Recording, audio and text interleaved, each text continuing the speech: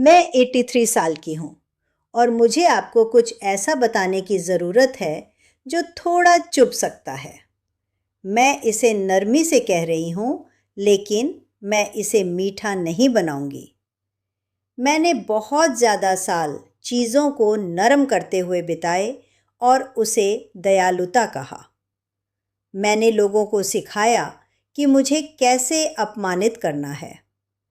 इसलिए नहीं कि मैं इसकी हकदार थी, इसलिए नहीं कि मैं कमज़ोर थी, बल्कि इसलिए कि मैं छोटी छोटी चीज़ें करती रही, लगभग शिष्ट चीज़ें जो लोगों को बताती थीं कि मेरी सीमाएं बातचीत से बदली जा सकती हैं।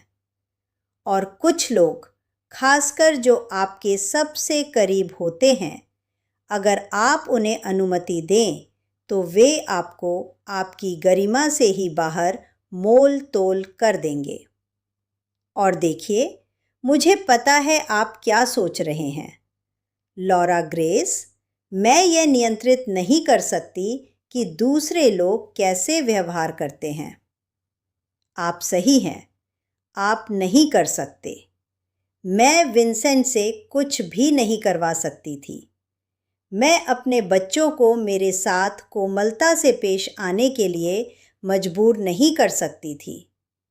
मैं मेडोब्रुक के स्टाफ को मुझे एक पूरी इंसान के रूप में देखने के लिए मजबूर नहीं कर सकती थी। मैं दुनिया को बूढ़ी महिलाओं का सम्मान करने के लिए मजबूर नहीं कर सकती थी, लेकिन मैं अपने ही जीवन में अपमान को बुलाना बंद कर सकती थी। मैं उसमें भाग लेना बंद कर सकती थी और उसने सब कुछ बदल दिया। मुझे ज़रूरत है कि आप आगे बढ़ने से पहले एक बात समझें। मैं यहाँ आपको 10 मिनट अच्छा महसूस कराने और फिर आपको आपकी ज़िंदगी में बिना बदले वापस भेजने के लिए नहीं हूँ। मैं आपको आईने के सामने खड़े होकर ये जपने के लिए नहीं कहूँगी कि आप एक रानी हैं। मैं प्रोत्साहन के खिलाफ नहीं हूँ, मैं दिखावे के खिलाफ हूँ। जो मैं आपको बताने जा रही हूँ वो मेरी अपनी बेइज्जती से निकला है। वो उन लोगों के द्वारा मुझे नीचा दिखाकर बात करने से निकला है जिन्हें मैंने पाला। वो इस तरह व्यवहार किए जाने से निकला है जैसे मैं पहले से ही आधी जा चुकी हूँ। वो मेरी रसोई में एक रात से निकला है जब मुझे एहसास हुआ कि मैं सम्मान के लिए ऐसे तरीकों से भीख मांग रही थी जो ये सुनिश्चित करते थे कि मुझे वो नहीं मिलेगा। 5 बातें हैं जो मैंने सीखी और मैं सबसे दर्दनाक वाली को अंत के लिए बचा रही हूँ, क्योंकि वही थी जिसने आखिरकार मुझे बिना बहानों के खुद को देखने के लिए मजबूर किया। पहली बात यह है, मैंने अपने फैसलों के लिए विस्तृत स्पष्टीकरण देना बंद कर दिया। मुझे समझाने दीजिए। जब मैं छोटी थी, मैं मानती थी कि समझाना परिपक्वता है। मैं मानती थी कि अगर मैं बस पर्याप्त कारण, पर्याप्त संदर्भ, पर्याप्त औचित्य दे दूं, लोग मुझे समझेंगे और फिर वे मेरा सम्मान करेंगे। ईमानदारी से, वह एक कल्पना थी। यह वास्तव में क्या करता था, यह रहा। हर बार जब डेविड या लिंडा मुझसे सवाल करते, मेरे घर के बारे में, मेरी ड्राइविंग के बारे में, मेरे पैसे के बारे में, मेरे डॉक्टर अपॉइंटमेंट्स के बारे में, मैं एक भाषण शुरू कर देती जैसे मैं अदालत में हूँ। मैं कहती, खैर, मैंने फार्मासिस्ट से बात की और मैंने मौसम देखा और मैं केवल दिन में ड्राइव करती हूँ और मैं सावधान रहती हूँ और चलता रहता। और जो मैं तब नहीं समझती थी वह यह था कि मेरा समझाना यह साबित नहीं कर रहा था कि मैं सक्षम हूँ। वह यह साबित कर रहा था कि मैं मानती हूँ कि मुझे उनकी मंजूरी चाहिए। इस विवरण पर ध्यान दीजिए क्योंकि यह बाद में मायने रखने वाला है। मेरी व्याख्याएं कभी बातचीत को खत्म नहीं करती थीं। वे उसे बढ़ाती थी। वे मेरे बच्चों को बहस करने के लिए और सामग्री देती थी। लिंडा कहती, लेकिन माँ, बात ये नहीं है। डेविड कहता, तुम हमारी बात नहीं समझ रही हो। और जितना अधिक मैं समझाती, उतना अधिक मैं एक बच्चे जैसी लगती जो अपना मामला गिड़गिड़ा रहा हो। एक दोपहर विंसेंट के गए हुए कुछ साल बाद डेविड उस कसकर मुस्कान के साथ आया जो उसके चेहरे पर होती है जब वह टकराव के लिए तैयार हो रहा होता है। उसने मेरे लिविंग रूम के चारों ओर ऐसे देखा जैसे वह किसी किराए की प्रॉपर्टी का निरीक्षण कर रहा हो। उसने कहा, माँ, यहाँ कालीन क्यों है? मैंने कहा, क्योंकि मुझे ये पसंद है। ये से था। उसने मुझे बीच में रोक दिया। ये ठोकर लगने का खतरा है। और मैंने समझाना शुरू किया। मैंने कहना शुरू किया, मैं सावधान हूँ। मैं हमेशा पैर उठाती हूँ। मैं जल्दी नहीं करती। मेरे पास यह कालीन सालों से है। मैं अपने सामान्य भाषण के बीच तक पहुँच चुकी थी जब मैंने खुद को सुन लिया। मैं वाक्य के बीच में रुक गई। मैंने निगल लिया। मेरा दिल तेज चल रहा था। मैंने कहा, क्योंकि मैंने ऐसा तय किया है। डेविड ने ऐसे पलक झपकाई जैसे मैंने कोई दूसरी भाषा बोल दी हो। उसने कहा, क्या? मैंने कहा क्योंकि मैंने ऐसा तय किया है। फिर मैंने कुछ नहीं कहा। आप जानते हैं मुझे सबसे ज्यादा क्या हैरान कर गया? कमरा बदल गया। जादुई तौर पर नहीं। ऐसा नहीं कि उसने अचानक मेरे कालीन को पसंद कर लिया, लेकिन गतिशीलता बदल गई।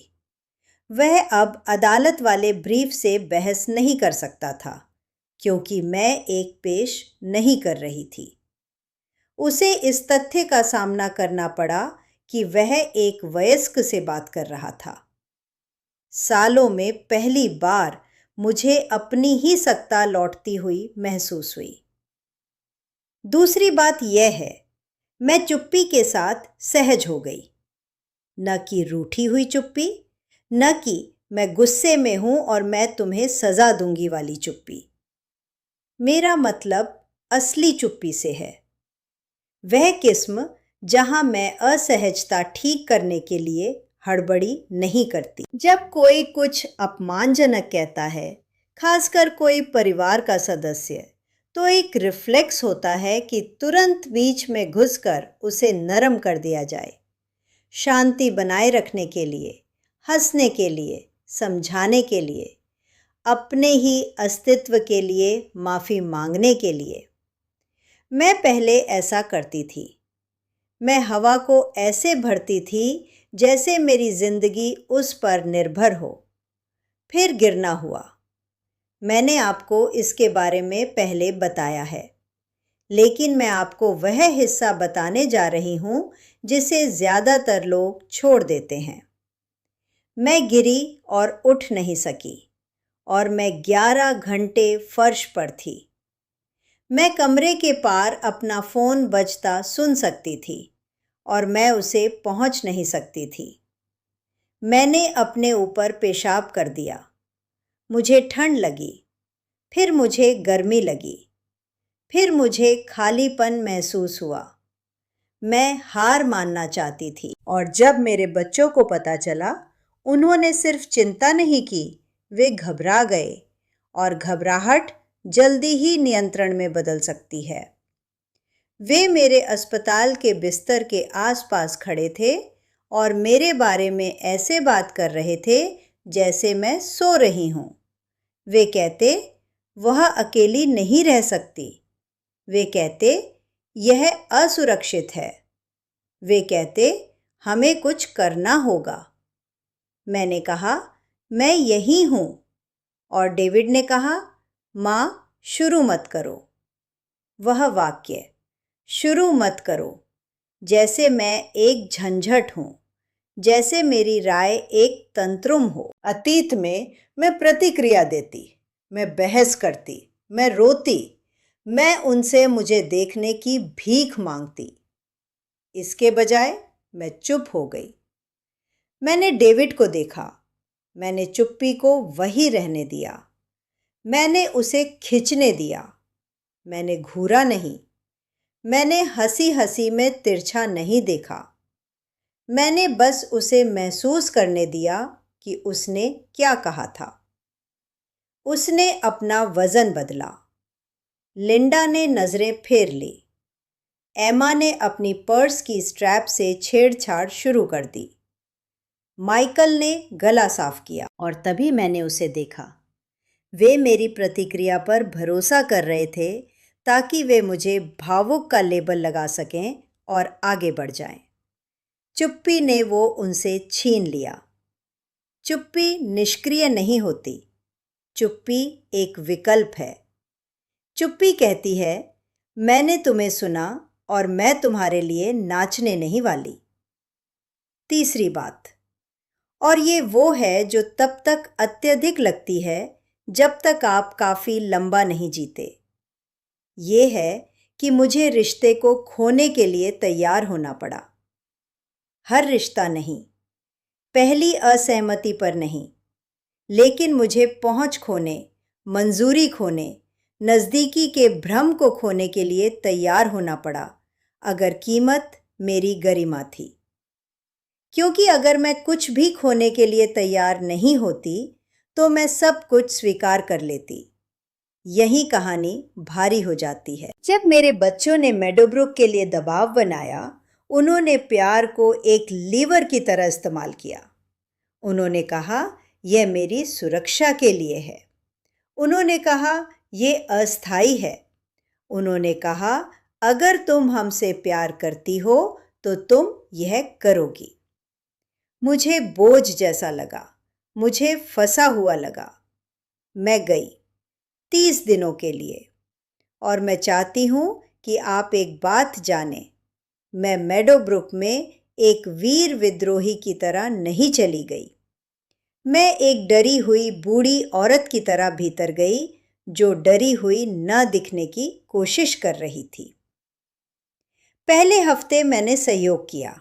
मैं मुस्कुराई। मैंने धन्यवाद कहा। मैं नहीं चाहती थी कि कोई सोचे कि मैं मुश्किल हूँ। मैं नहीं चाहती थी कि मेरे बच्चे सुने कि मैं नॉन कॉम्प्लाइंट हूँ। मैं साबित करना चाहती थी कि मैं एक अच्छी मरीज़ हूँ। वहीं वे आपको यही कहते हैं, एक मरीज़, लॉरा नहीं। इस विवरण पर ध्यान दीजिए क्योंकि ये बाद में मायने रखने वाला है। मुझे एहसास हुआ कि मैं मंजूरी के लिए उसी तरह प्रदर्शन कर रही थी जैसे मैं अपने बच्चों के लिए करती रही थी। अलग इमारत, वही पैटर्न। फिर एक शाम मैंने कॉल बटन दबाया क्योंकि मुझे बाथरूम जाने में मदद चाहिए थी। कोई नहीं आया। मैं इंतज़ार करती रही।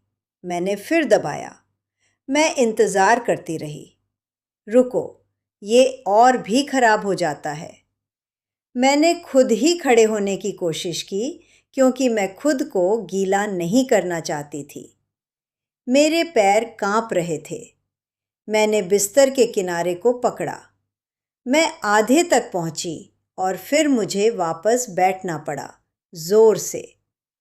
मैंने महसूस किया कि मेरी आंखें भर आईं।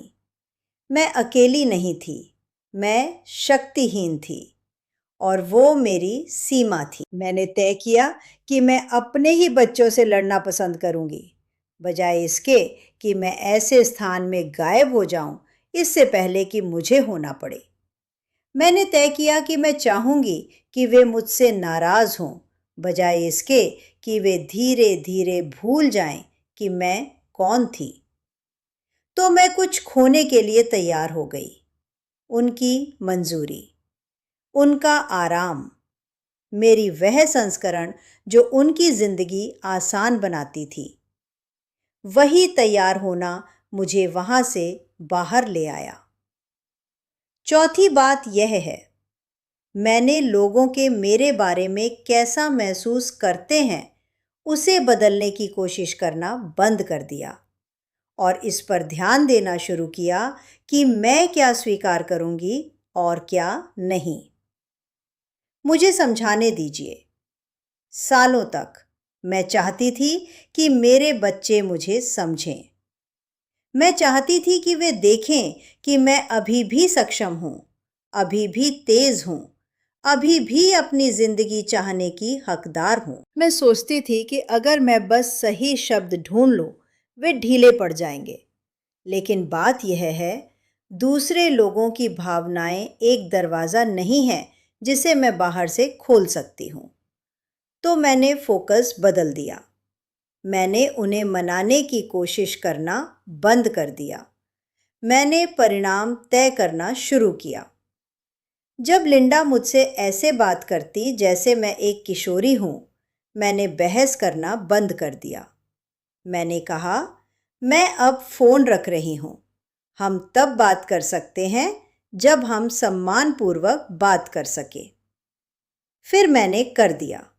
कोई भाषण नहीं, कोई माफ़ी नहीं, क्लिक। पहली बार मेरे हाथ कांप रहे थे। मुझे डर था कि मैंने इसे और खराब कर दिया। मुझे डर था कि वह फिर कभी फ़ोन नहीं करेगी। उसने अगले दिन वापस फ़ोन किया, ज़्यादा शांत। जब डेविड फिर से मेडोब्रुक की बात लाता, मैंने अपना मामला बनाना बंद कर दिया। मैंने कहा, मैं आज सुविधाओं पर चर्चा नहीं कर रही हूँ। फिर मैंने विषय बदल दिया। अगर वह दबाव डालता तो मैं मुलाकात खत्म कर देती। मैं उसे दरवाजे तक छोड़ आती। और देखिए, इससे वह खुश नहीं हुआ, लेकिन इससे वह समायोजित हुआ, क्योंकि मैं अब भीख नहीं मांग रही थी, मैं तय कर रही थी। मुझे उस समय पता नहीं था, लेकिन हर छोटी सीमा मेरे द्वारा अपनी गरिमा को ईंट दर ईंट फिर से बनाने जैसी थी। पांचवी बात वह है जिसे कोई नहीं सुनना चाहता, और मैं भी नहीं सुनना चाहती थी। मुझे देखना पड़ा कि क्या मैं सच में खुद का सम्मान करती थी, क्योंकि अगर मैं खुद का सम्मान नहीं करती थी तो कोई और क्यों करेगा। यह वह हिस्सा है जहां मुझे कुछ ऐसा स्वीकार करना है जिस पर मुझे गर्व नहीं है।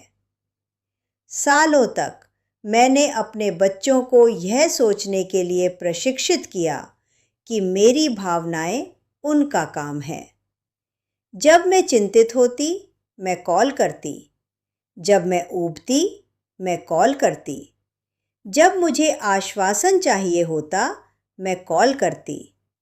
और जब वे जवाब नहीं देते, मैं टूटने लगती और फिर मैं फिर कॉल करती। ईमानदारी से उसे याद करके मुझे सिकुड़न होती है, और जो मैं तब नहीं समझती थी वो ये था कि मैं उन्हें मुझे ज़रूरतमंद के रूप में देखने की शिक्षा दे रही थी।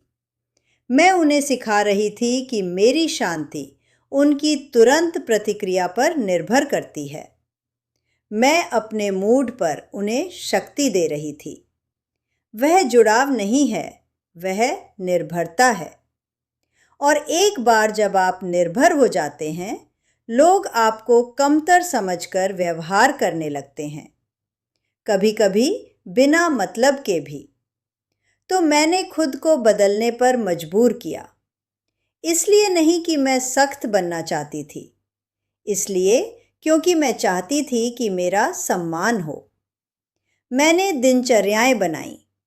मैंने अपने घर में एक ऐसी जिंदगी बनाई जिसे लगातार बचाए जाने की ज़रूरत नहीं थी। मैंने सुरक्षा योजनाएं बनाई।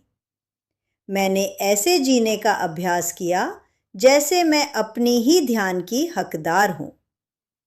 अपनी गिरावट के बाद मैंने इन चीज़ों को लिखना शुरू किया।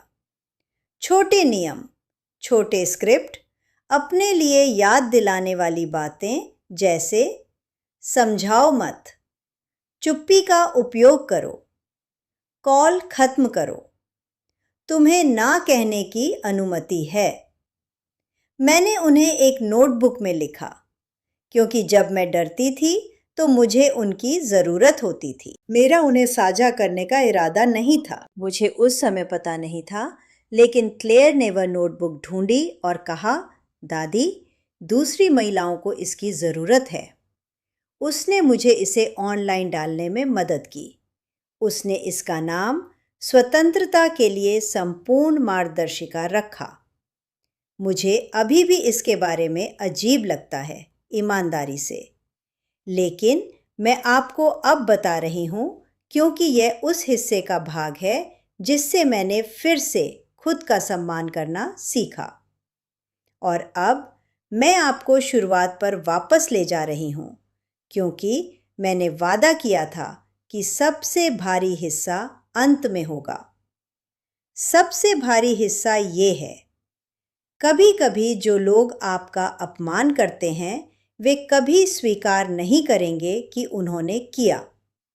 वे इसे मदद कहेंगे, वे इसे प्यार कहेंगे, वे इसे व्यवहारिक होना कहेंगे। और अगर आप अपनी सीमा तय करने से पहले उनके द्वारा आपके भावनाओं को मान्यता देने का इंतज़ार करते रहेंगे तो आप हमेशा इंतज़ार करेंगे। मैं ये नहीं कह रही कि अपने परिवार से रिश्ता तोड़ दें। मैं कह रही हूँ कि अपमान के लिए स्वयं सेवक बनना बंद करें। क्योंकि मैं 83 की हूँ और मैं आपको शांत निश्चितता के साथ बता सकती हूँ, जितना अधिक समय आप इसे सहते हैं उतना ही यह सामान्य हो जाता है और उतना ही इसे उलटना कठिन होता है। तो ये है जो मैं चाहती हूँ कि आप आज करें। एक जगह चुनिए जहां आप ज़रूरत से ज़्यादा समझा रही हैं। एक जगह जहां आप चुप्पी भरने के लिए जल्दी कर रही हैं। एक जगह जहां आप ऐसा व्यवहार स्वीकार कर रही हैं जो आपको छोटा महसूस कराता है। और एक नया जवाब आजमाइए, बस एक, क्योंकि मैंने तय किया। चुप्पी, कमरे से निकल जाना, कॉल खत्म करना, ड्रामा के साथ नहीं, गरिमा के साथ। अब मैं आपके साथ सीधी बात करने वाली हूँ, क्योंकि मुझे नहीं पता मैं कब तक इस बारे में बहादुर बनी रहूँगी। डेविड ने इस हफ्ते फिर मुझे कॉल किया और कहा, माँ, तुम्हें वह किताब नीचे लेनी होगी। ये परिवार को शर्मिंदा कर रही है। तुम निजी बातें बाहर कर रही हो। और मैं लगभग कर ही देती। मैं यहाँ अपनी मेज़ पर बैठी और मैंने लकड़ी के रेशों को घूरा और मैंने सोचा, शायद मुझे बस रुक जाना चाहिए। शायद मुझे उनके लिए इसे आसान बना देना चाहिए। लेकिन फिर मैंने उन महिलाओं के बारे में सोचा जिन्होंने मुझे लिखकर कहा, मेरे बच्चे मुझे किसी जगह रखने की कोशिश कर रहे हैं, या मुझे नहीं पता था कि मैं ना कह सकती हूँ, या सालों से मेरा अपमान हुआ और मुझे लगा ये मेरी गलती थी और मैंने इसे रहने दिया। स्वतंत्रता के लिए संपूर्ण मार्गदर्शिका का लिंक पिन किए गए कमेंट में है। मैं शायद इसे जल्द ही नीचे ले लूं, क्योंकि मेरा हौसला टूट रहा है और क्योंकि मेरा बेटा लगातार मुझ पर दबाव डाल रहा है। तो अगर आज मैंने जो कुछ कहा वो आप तक पहुंचा, तो अभी क्लिक करें, इंतज़ार मत करें। और अगर आप मेरे साथ खड़े होना चाहते हैं तो एक लाइक छोड़िए। ये मुझे बताता है कि बात करते रहना है, तब भी जब मेरा अपना परिवार चाहे कि मैं ना करूं।